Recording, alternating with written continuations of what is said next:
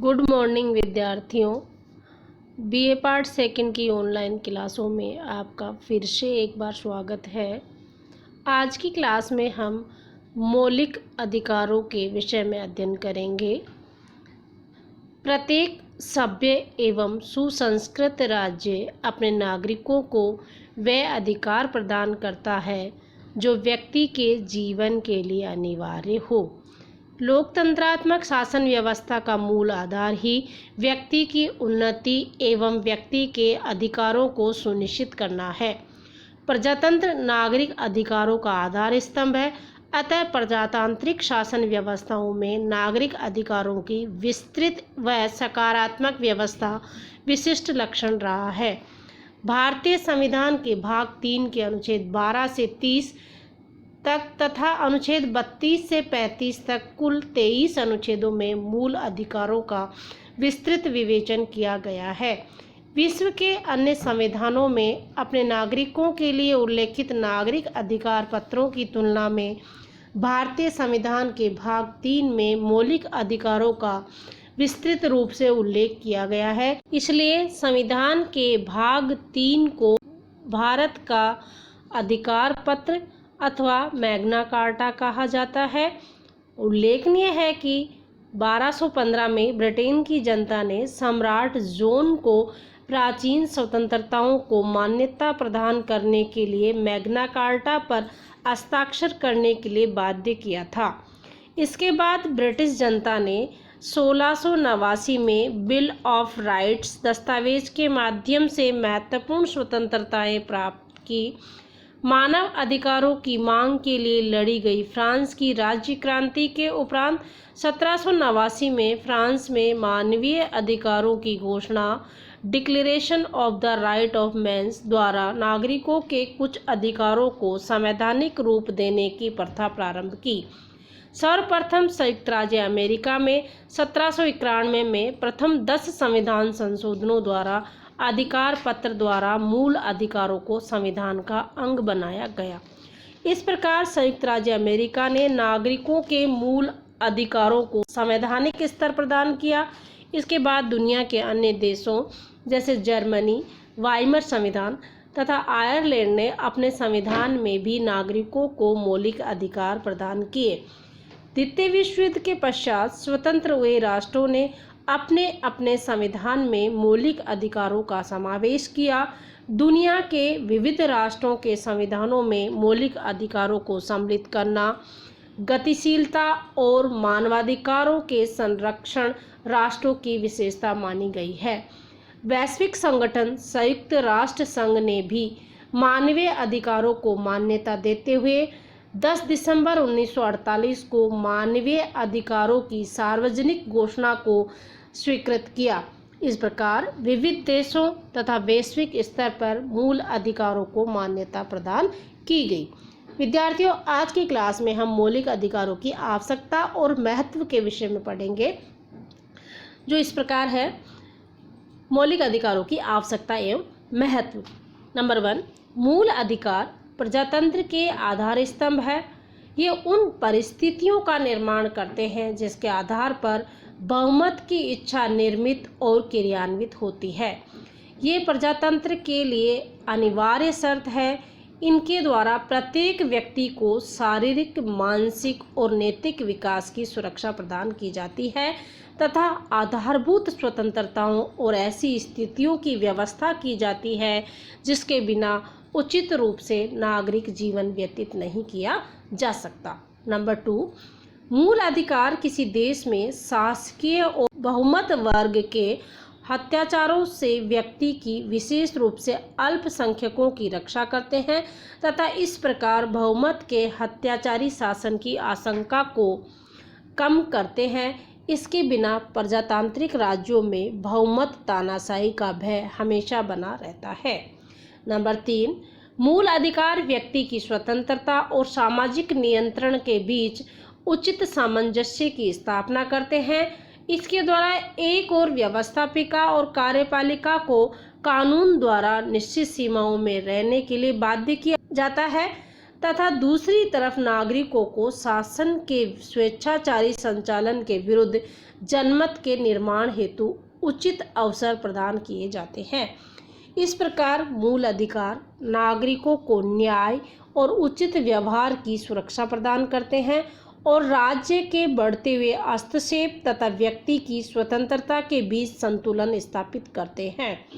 भारतीय संविधान सभा के सदस्यों ने ब्रिटिश शासन के अत्याचारों को प्रत्यक्ष रूप से देखा था और बहुमत द्वारा इन अत्याचारों की भयानकता स्वयं अनुभव की थी। ऐसी स्थिति में स्वाभाविक रूप से उन्होंने सोचा कि ऐसी व्यवस्था स्थापित की जाए जिससे जनता पर अब शासन ऐसा अत्याचार न कर सके।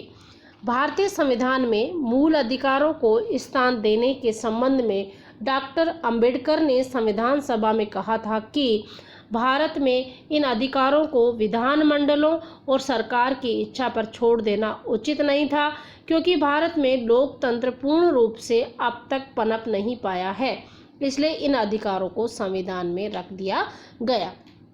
अब है मौलिक अधिकारों का अर्थ। लास्की के अनुसार अधिकार सामाजिक जीवन की वह दशाएं हैं जिसके बिना मनुष्य अपना पूर्ण विकास नहीं कर सकता।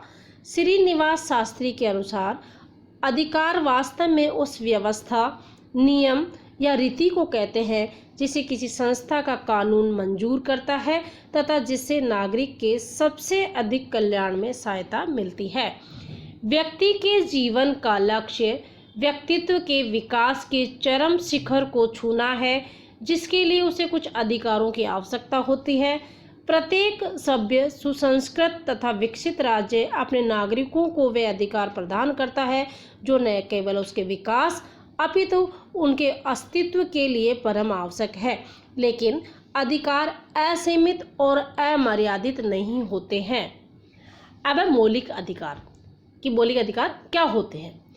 जब किसी देश द्वारा अधिकारों को मूल विधि में स्थान दिया जाता है और उसके उल्लंघन पर उल्लंघनकर्ता के लिए दंड की व्यवस्था की जाती है तो वह अधिकार मूल अधिकार कहलाते हैं। मौलिक अधिकारों के आधार या तथ्य। नंबर 1, व्यक्ति के पूर्ण मानसिक, भौतिक और नैतिक विकास के लिए अधिकार बहुत आवश्यक है। इसके अभाव में उसके व्यक्तित्व का विकास रुक जाएगा। इसलिए लोकतांत्रिक राज्य में प्रत्येक नागरिक को बिना किसी भेदभाव के मूल अधिकार प्रदान किए जाते हैं।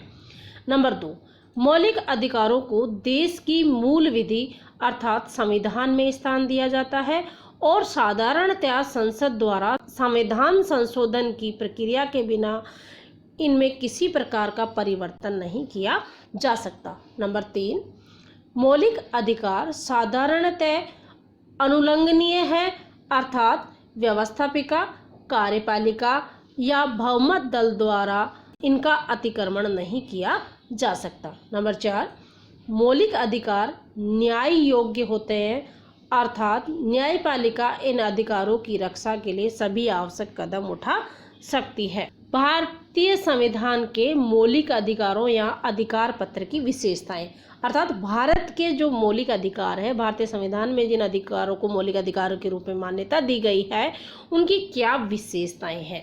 नंबर 1, सर्वाधिक विस्तृत अधिकार पत्र।